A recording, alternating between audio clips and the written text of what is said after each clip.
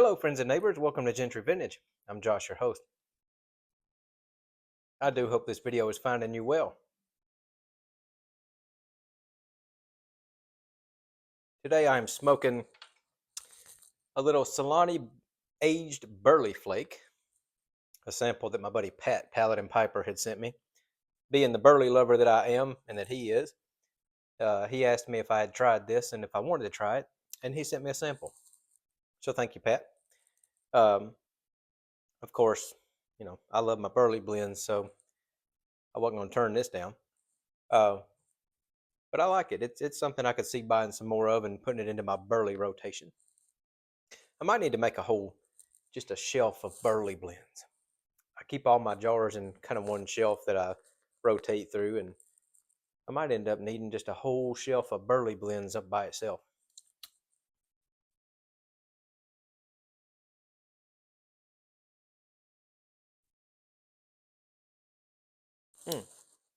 What was that? What am I smoking it in? Oh, I'm smoking it in my new Medico Medalist. Thanks for asking. This is a pipe that I bought on the Flea Bay with shipping, taxes, everything. I got less than 20 bucks in this pipe. Yes, I was. I did mention recently that I was trying to find me a pipe to dedicate to Carter Hall. Something cheap that smoked good, that looked good, that I just didn't have a lot of money tied up into. No sentimental value, no major monetary value. And I found it. I did, yeah. And so I've seen Pat smoke a Medalist a few times, and I've seen some other people, here and there. And it's just a pipe that kind of got my attention. It's simple, just classic shape, nothing fancy, but it's sharp looking. I like it. And Pat gifted me a couple Medico pipes recently, and I really like the way they smoke. So I said, well, for this price, I'll give another Medico a try. I like the way it looks, and if nothing else, it would look good on the pipe rack. So, yeah, I took the plunge and bought it, and I sure am glad I did because it smokes wonderfully. I love this little pipe.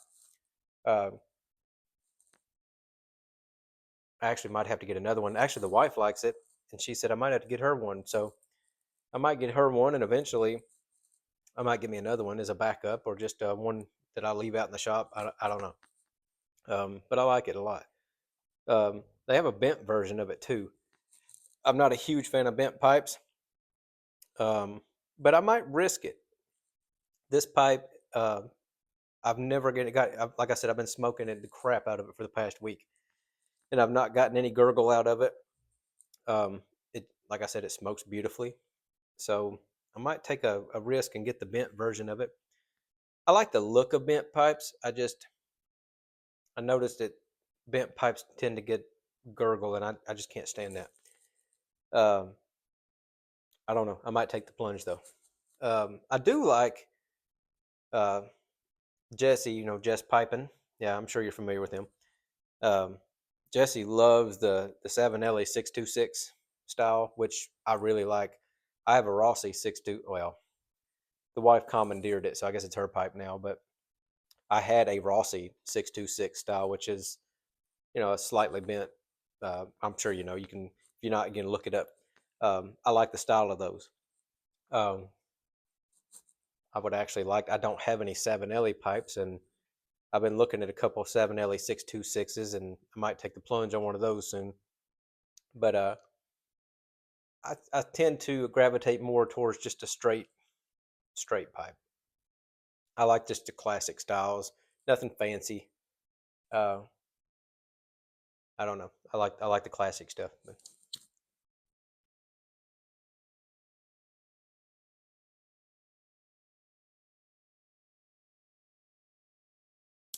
So yes, I have primarily smoked Carter Hall in this pipe, but I feel like I'm still kind of in the break-in stage of this pipe, which it's been a pretty easy pipe to break in.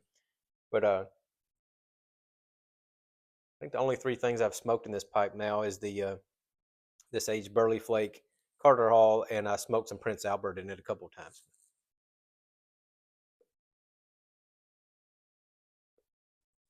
But this video is not about tobacco blends or tobacco pipes. This video is actually going to be a video about my dad.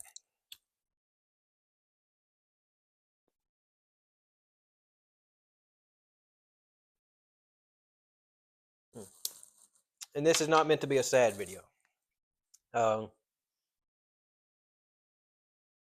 If you follow the channel for any length of time, you might recall that I've mentioned that my dad had Parkinson's disease. After a long 15-year battle with Parkinson's disease, unfortunately, we lost my dad this past Sunday, October 20th.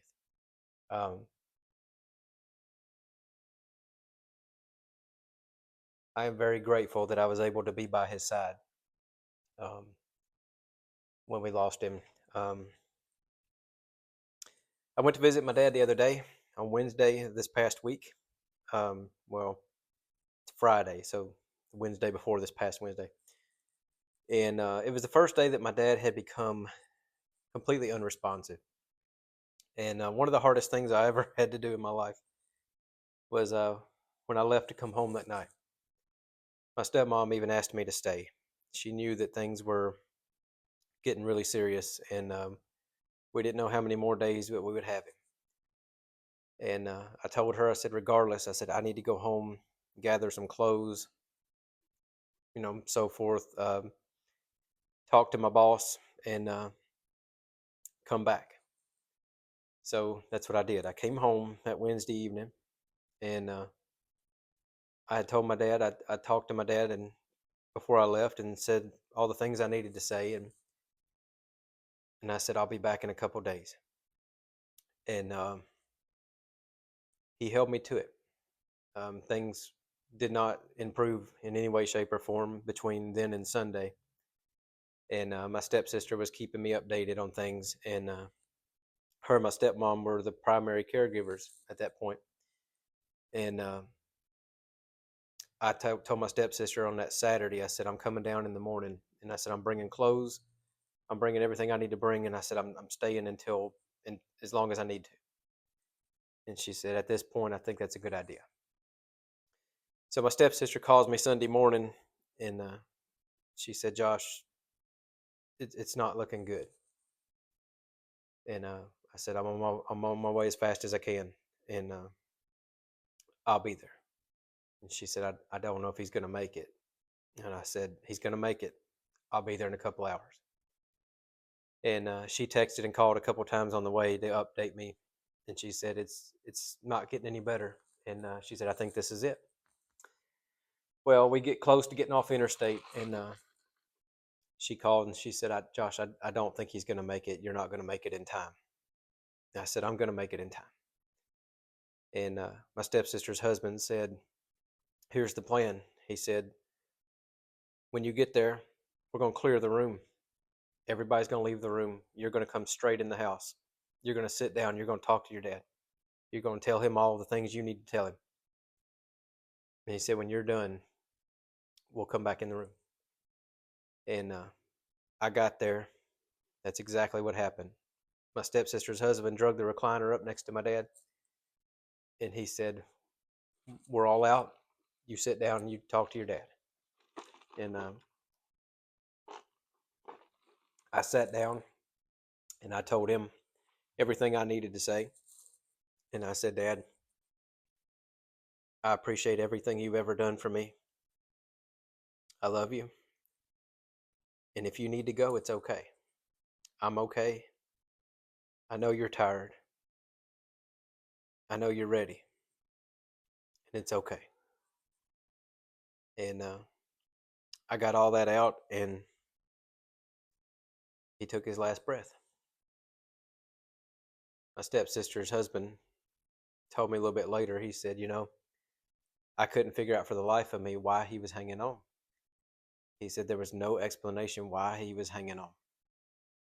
And he said, I didn't know that you had told him you'd be back in a couple days. He said, Josh, he waited for you. I said, he held me to it. He held me to what I said. I said, I'll be back in a couple days. And he was going to make sure I come back. And I did. And I'm so grateful that I was able to be with him.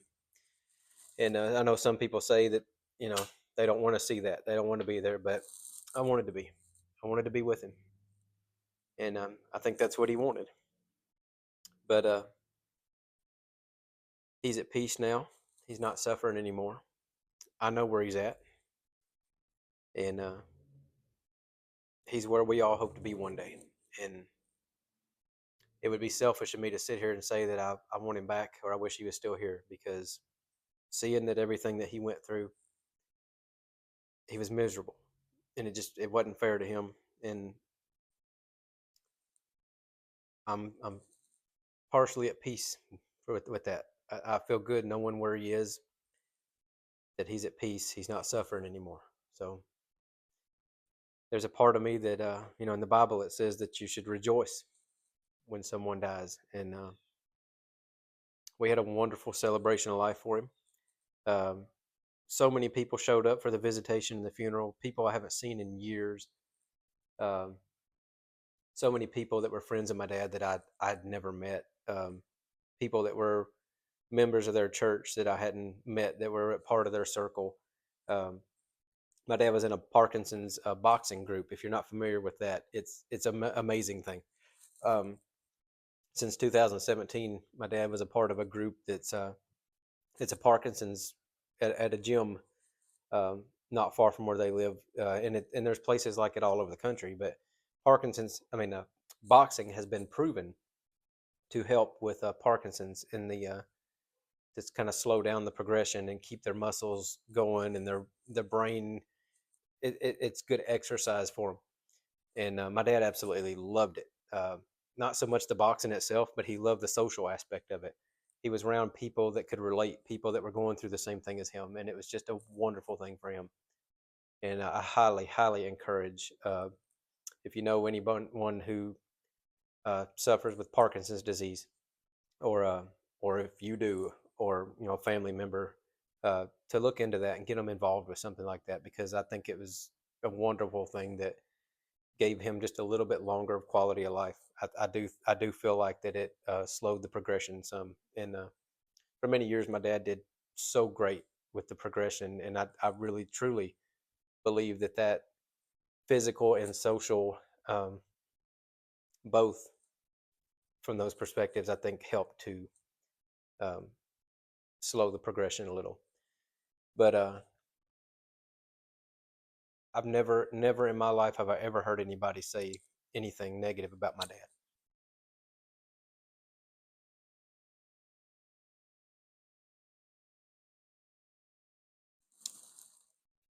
My dad was the kind of person who never met a stranger, just the most laid back, easygoing, kindest person you would ever meet.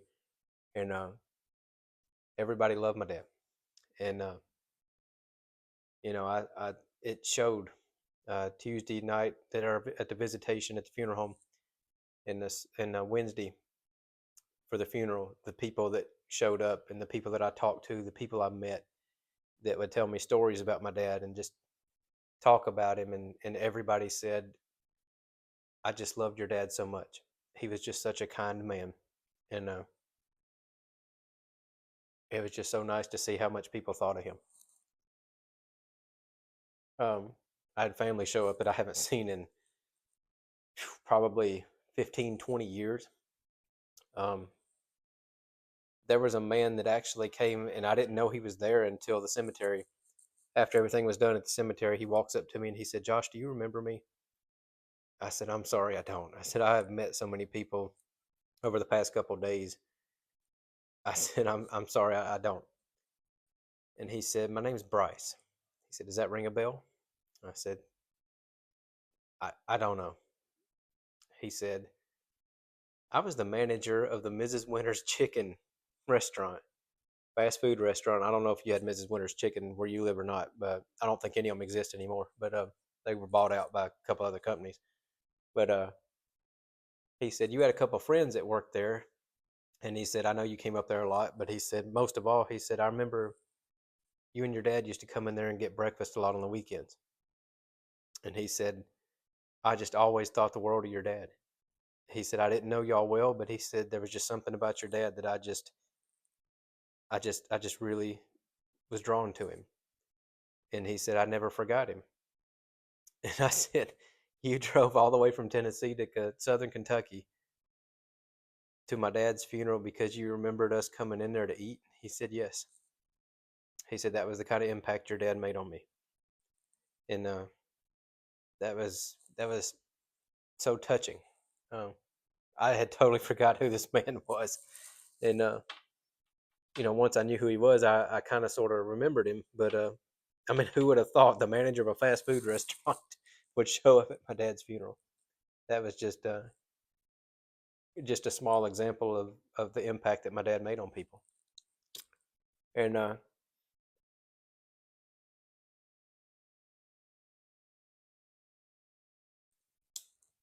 so my dad was in the Army. He was drafted out of high school. And my dad didn't talk about his Army life very much. He was only in the service for 4 years.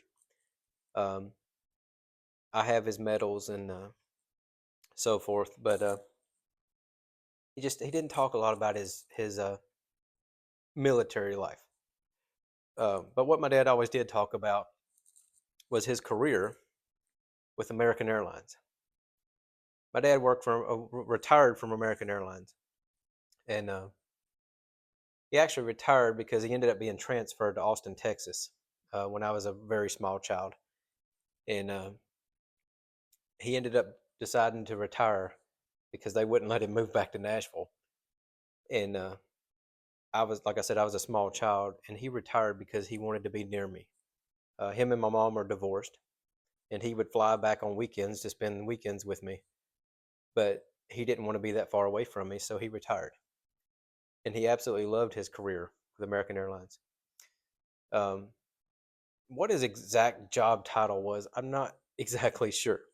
But what I can tell you about my dad with American Airlines, he started out emptying the toilets on planes. The job nobody wants to do. And a couple of my cousins were telling me this week that he had offered them their first job doing that same thing, emptying the toilets on airplanes. And both of them said, I turned it down. They said, no way was I going to empty toilets on an airplane. But they said, when I got older, saw the career that he had with the company, with American Airlines, and how much he loved his job, they said it was, both of them said it was one of their biggest regrets ever, that they should have took him up on that. But my dad had such a personality that my dad ended up becoming the person with American Airlines at the Nashville airport. He was the person that when anyone famous came through, my dad was the one that dealt with them directly. My dad met so many people working for American Airlines. Basically, being in Nashville, you had all your country stars at the time in the 60s, 70s, early 80s that were coming through there, traveling. My dad met Elvis 3 times. The first time he met Johnny Cash, he had to wheel him off a plane in a wheelchair because he was so messed up on pills he couldn't walk. He met Johnny Cash several other times, but that was his first encounter. Um, he met Jackie Robinson, the first African American baseball player. He got his autograph. Um, knew Dolly Parton. Dolly Parton used to come through all the time. She didn't like sitting out waiting for her flight and having people coming up and trying to talk to her all the time. She just wanted to be a normal person and just sit there and wait like everybody else. But people were always, coming up and wanting to talk to her. So my dad told her one day, he said, well, why don't you just sit in my office? And he said, I'll come get you when it's time to board. So it got, then it got to the point where she would come to the airport. She'd bring a book or something with her to read, and she would just sit in my dad's office and read a book while she was waiting to board. And country stars and other people would come through and ask for my dad directly, and he absolutely loved. I mean, that's what he always talked about, is his experiences in meeting different people at the airport, and helping them, and how people would come ask for him by name. And he never talked about this much, but I found out a couple years ago. Doggone it, the man's name slips my mind, but the man that ended up shooting Reagan, President Reagan, a couple of days before that happened, my dad actually stopped him from getting on an airplane. Um, Somehow, some way, somebody was suspicious about something, and back then TSA or whatever, you didn't have all your searches and stuff like they do now. But my dad discovered that he had a gun on him, and he wouldn't let him board the plane. And then a couple of days later, he shot Reagan, and his boss actually called him up and told him not to come to work for a couple of days because they didn't want people coming in trying to interview him and ask him questions and stuff. And they were also concerned that somebody might come after my dad. But he met so many people um, back then, and apparently made such a impression on them that, like I said, they would come through the airport and ask for him personally to to work with them. And man, I used to tell him all the time that you should write a book on all the people that you met and helped over the years. But you could be sitting there watching TV, and there'd be something about a country music star or different people from that were famous back in the 60s, 70s, up into the early 80s. And you could just be sitting there and somebody'd come on the TV or something be said about him, or somebody be on the radio and he'd say, I met him. I met him several times. And, or I went out and had dinner with him or had lunch with him, or I was in the recording studio when he made his such and such album. I remember he said one time that he was in the studio one night with Waylon Jennings, was recording an album. And he said that Waylon Jennings was doing cocaine, and he said it made me really uncomfortable, and he said I got up and left. He said he said at first I wasn't sure what he was doing, and he said when I realized what was going on, he said I didn't want to be a part of that, and he said I got up and walked out. And but I remember he said, and I remember when I was a little kid, he went one night. He went to Waylon Jennings' house for I think it was a Christmas party or something that he had for a lot of people, and he invited my dad. And that was one thing that he always remembered. Um, he was in the studio when Charley Pride recorded his Christmas album. Charley Pride had come through the airport many a times and met my dad. And like I said, my dad was just that kind of person that he made an impact on people. They remembered him. Um, he was backstage at the Grand Ole Opry countless times because just people he knew, and they would say, "Hey, if you want to come see the Opry, whatever, come on, you can come backstage." I mean, he loved the fact that he, got to meet all these people, but for the most part, these people were just normal people to him. And it wasn't really until after when he retired and that it really kind of, I think, sunk in that these were stars, these were famous people. Um, there were a few people that stuck out that he'd get their autograph. Like I said, Jackie Robinson and a few others, he would get their autographs and stuff. But for the most part, they were just people that he helped. It was his job, and he just and I think one reason they took to him so well is he just treated them like he would anybody else. He was just never met a stranger. Um,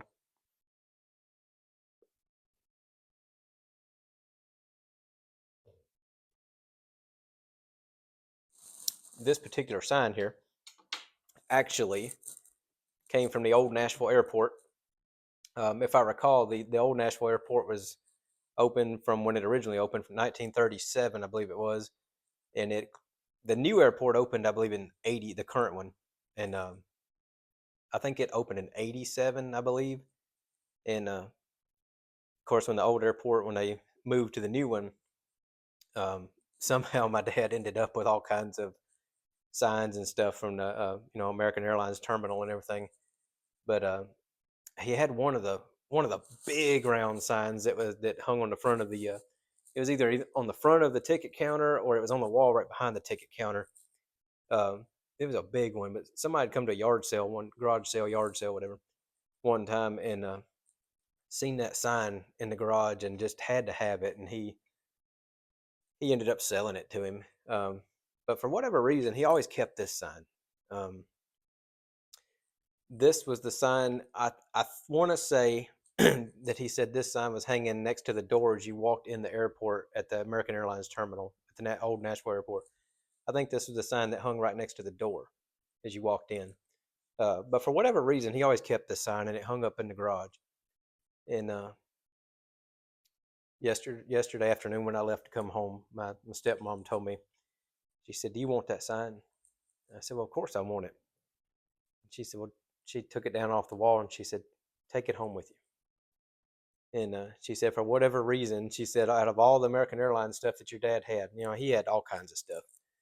And he sold some of it over the years and other stuff he held on to. But for whatever reason, he had some kind of attachment to this sign.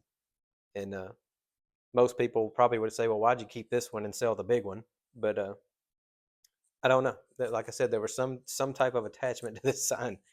But this is another piece in my collection that I will always cherish because, for one, it belonged to my dad, and it was something that was really important to him. So obviously, it's important to me. But